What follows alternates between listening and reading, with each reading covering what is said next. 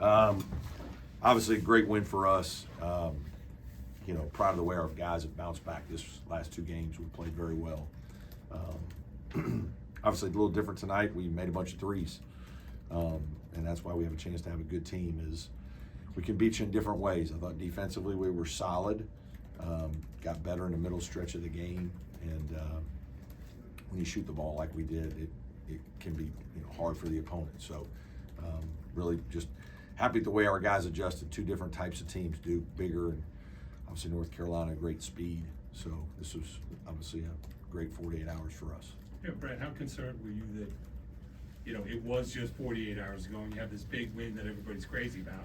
All of a sudden you got to get back on the court against another team. Yeah, I mean, maybe it helped that it was North Carolina. We certainly have a lot of respect for them, and we know how hard it is they are to play against. But yeah, it was different and quick, and we were very businesslike in our approach the last 2 days. I mean, we spent a lot of time with our guys to try to get this right, and our guys responded very well.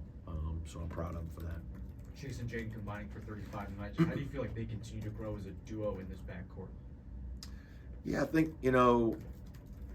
I think guys do a good job for the most part of just seeing what the game presents for us, and not forcing things. Obviously, Chase is going to be a little more aggressive. We want him to be. Jaden especially probably does a really good job of that. When there's games that there's opportunities for him or places to drive or shots to take, he'll take them, but he's not hunting shots. And that's good. You don't want your whole team hunting shots. And so I think he does a really good job of that. Obviously, they like playing together. I think you can see that. And they've just grown as the years gone by. They've really grown together and understand how each other play. What did you see from Victor in the first half? He said that he's trying to convince you to let him shoot some more threes, and maybe that he did that in this game with the way he shot the three of the first possession.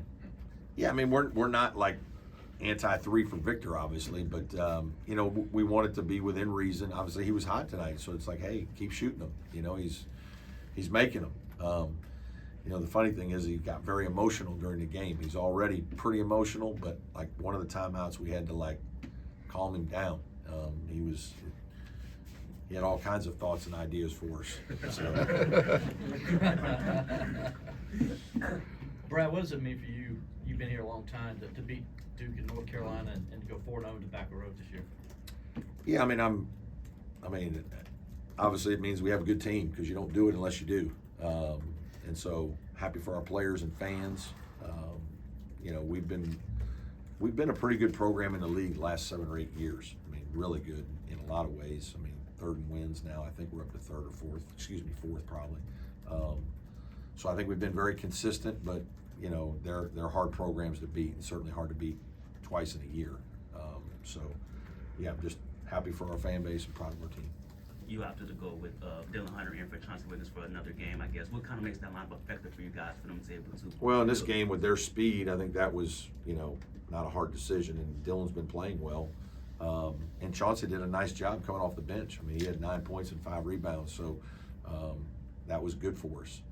But with their speed and whether they were going to play 3 guards or 4 perimeter players, we would have played a lot of minutes with 3 guards out there. We do most games anyway, so I don't think it was a hard decision. Obviously today it looked like the right one. Coach Tim Burray told me that the 1990 Clemson team also beat Duke and North Carolina back-to-back. You're right there with a chance to do what that team did. How cool was it to have them here and have your guys see them? Yeah, it was fun. I didn't get to spend a lot of time with them. Obviously, I've been, preparing for 2 days, and our staff has. And I mean, we've been working. So I didn't even know they were coming until right before the game. Nobody had even told me, so it was kind of, but it was neat, and it was neat to kind of go by him at halftime. And Coach Ellis was in the back and gave me a little fist bump, and so I still talk to Coach, a couple times a year for sure. And so it was fun to have those guys here. Coach, obviously you want these guys to get recognition. You got back in the rankings today. Okay. Do you think your guys care about that kind of stuff? Do they need it? How might it help? Yeah, I mean, it's good for the program. I mean, it's just good for the PR and all those kinds of things. I'm sure the guys enjoy that, but it's don't think we all lose a lot of sleep over whether we're, you know, getting votes and on it, in it, you know. I mean, you know, we certainly want to be in it because that means we're playing well and we're winning, and, you know, we want to rise in the rankings because that means we're going to continue to win games. But, you know, at the end of the day, I think we're keep trying to get better, play good basketball, obviously putting ourselves in a position to have a chance maybe to do something special. And, you know, so they certainly are aware of things like that, but I don't think we waste a lot of time on it.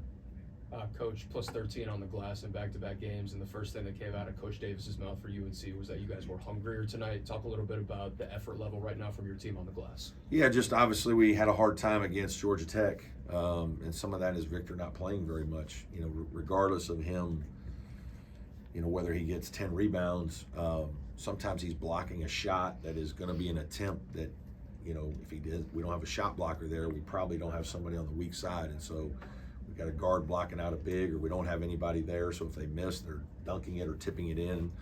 So his size is a huge factor. And obviously I think our guys have been hungry after losing that game, that we know that rebounding was a major part of the loss. So we've done a really good job the last two games. And 25 threes, I guess. What about the shifting game plan for Duke to UNC? What about, you said Just UNC reading the speed? game. Yeah. I think reading the game. You know, obviously when you have a size advantage, you know, there are times if they don't help, we're just going to keep force feeding it down there. And so I just think our guys had a nice mix of, you know, taking the right shot more times than not, and that's what seemed to be open. Like their press gave you a little bit of trouble there at the end of the game, but Yeah, I think it's hard when you're like, I think a little bit our guys were checking out a little, and then at the same time, it's, you know, are we attacking it? Are we just breaking it? You know, but yeah, we had a couple turnovers. They were aggressive with hands. You know, it was more of that than it was maybe even just decision making. But you know, that's fine for now. We'll work on it. These past 40 hours, of course you beat Duke and UNC. What would you say about the fans and their participation? In that Yeah, game? unbelievable. You know, it's cool to see those kinds of that kind of support.